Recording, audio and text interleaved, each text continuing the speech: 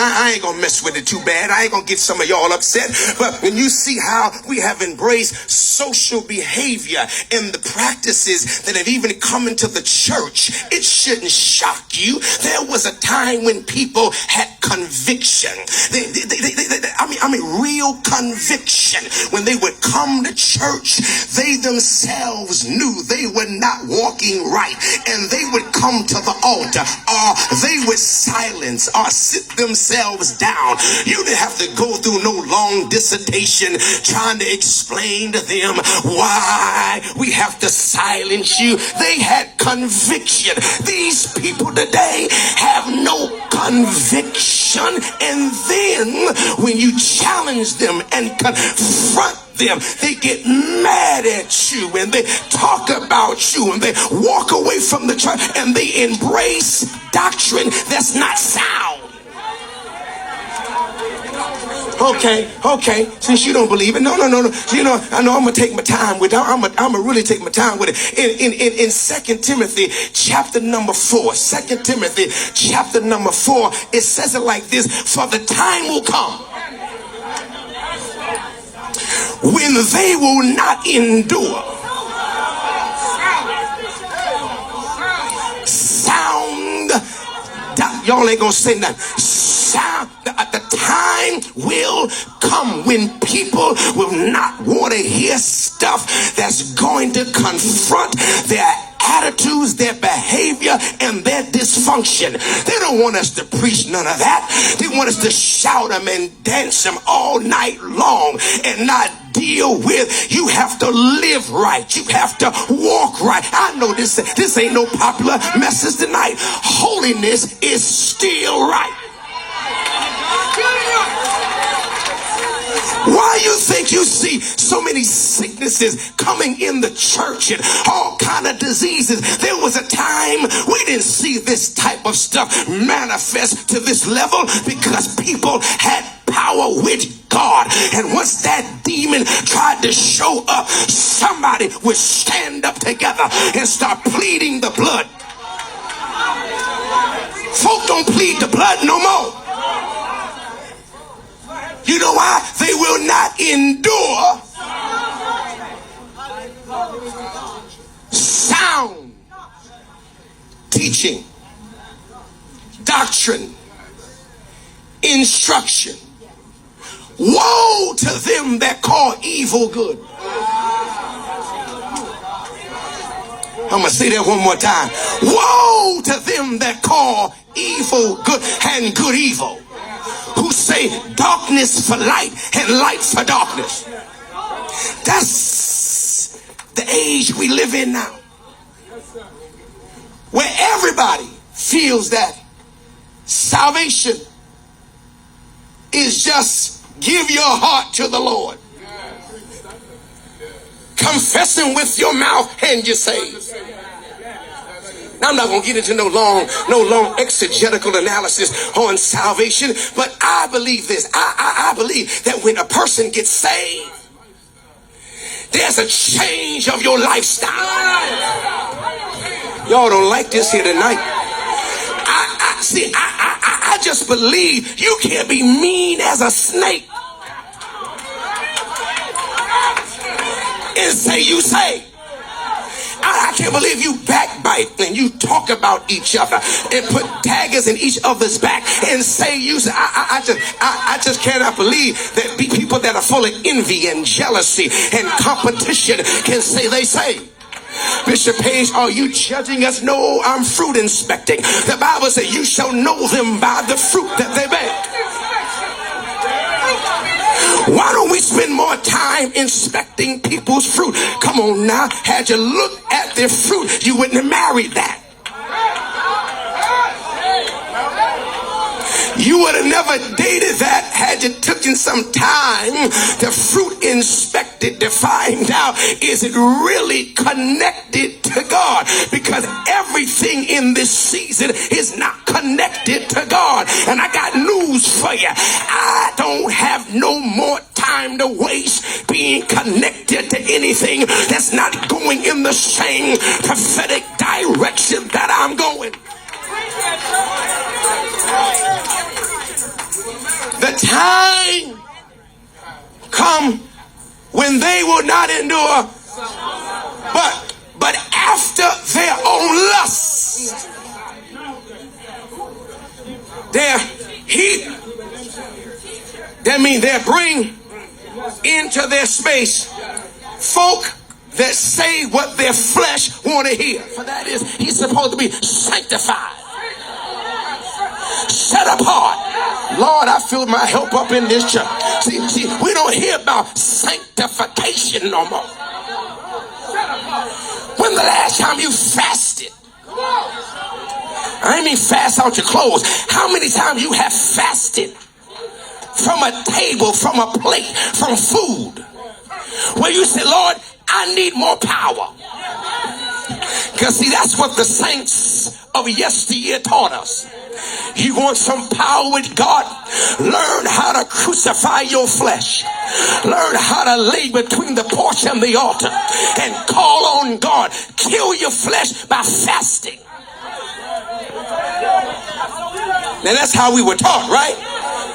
Well, the text says he goes to his father and mother and says, get her for me. But let's look up this. But let's look up this thing here. Is there a woman among the daughters of your brethren, among all my people, that you must go and take a wife from the uncircumcised and unbeliever, someone that is an idolater, a polytheistic worshiper? You mean to find me? You can find nothing in Zion? You mean to tell me you can find nothing in Judah to be attracted to? Oh, come on now, come on now. You mean to tell me, you mean to tell me you've allowed them to come in here and migrate and become a part of what we would call in the Old Testament a mixed generation of people, and you don't know how to maintain a standard of lifestyle? I ain't got no help up in here. See, I'm not telling them not to come. You can come any way you want to. But when you get up in here, you've got to change your behavior. Y'all ain't going to say nothing to me. No, I'm not asking you to clean yourself up when you come. But when you get in here long enough and the power of God is flowing, you're going to get convicted to the point where you're going to start taking some stuff off. Y'all ain't gonna say nothing to me. No, I'm not asking you to clean yourself up when you come. But when you get in here long enough and the power of God is flowing, you're gonna get convicted to the point where you're gonna start taking some stuff off. If you can come in church and never feel convicted about nothing wrong you do, something's wrong with our power. Wait, you can't find nothing to marry? Now see, let me use that word marriage metaphorically to depict you can find anything in Zion to enter into a covenantal relationship with. Why do all your friends think differently than you? And you're supposed to be a believer. You don't have enough influence to impact the people who you are connected to with your power. You change before they change. I ain't got no help up in here now. There's some of you right now that have people that you don't like, that's never done nothing to you. But your dumb friend got some folk right now you cannot stand, that's never had a conversation with you. They've never shook your hand. They've never said anything out of the way. But because you're under a cloud of manipulation and witchcraft, you don't like them because your friend is influencing how you feel.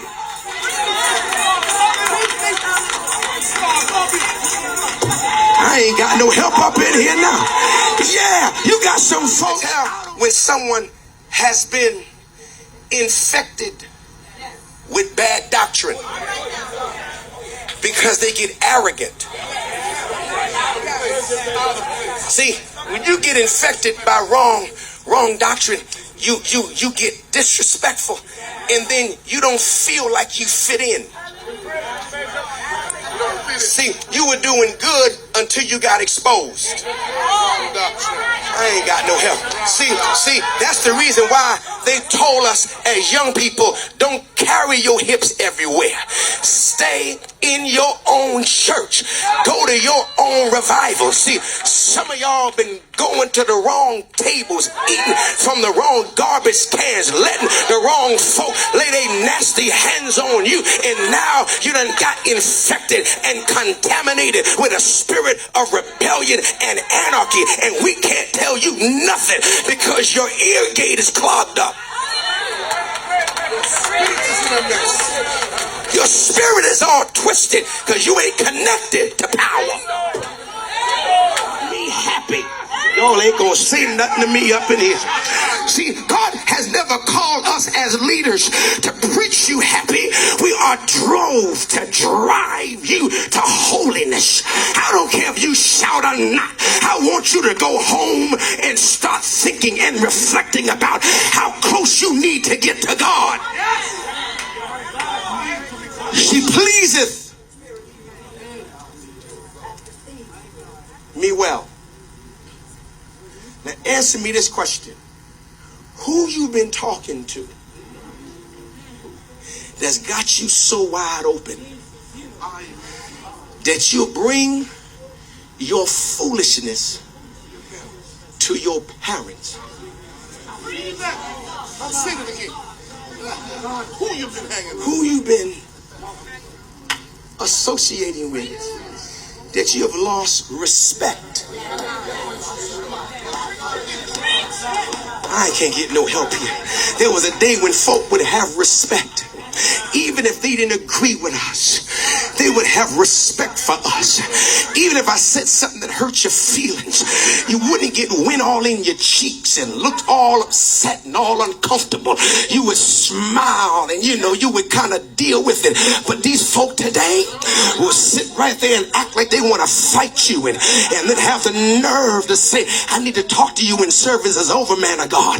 And going to confront leadership. There was a time when people, even when they didn't understand what we were teaching, would trust us enough to say that he's saying it because he loves me and he's not trying to hurt me. Why do you think Paul said there was a time when you would have plucked your eyes out and given them to me? But have I now therefore become your enemy because I tell you the truth? Why don't people want to hear truth anymore? Because it's easy to live a life of mediocrity, but in order to be connected to God, there's a sacrifice you gotta make. Oh God, I feel like preaching in here now. You cannot touch, you cannot taste, you cannot handle. There's things you gotta tell yourself. I want to do that, but I cannot do that and maintain my connection with God, because God reached over 1 million people and decided to snatch me out. I'm the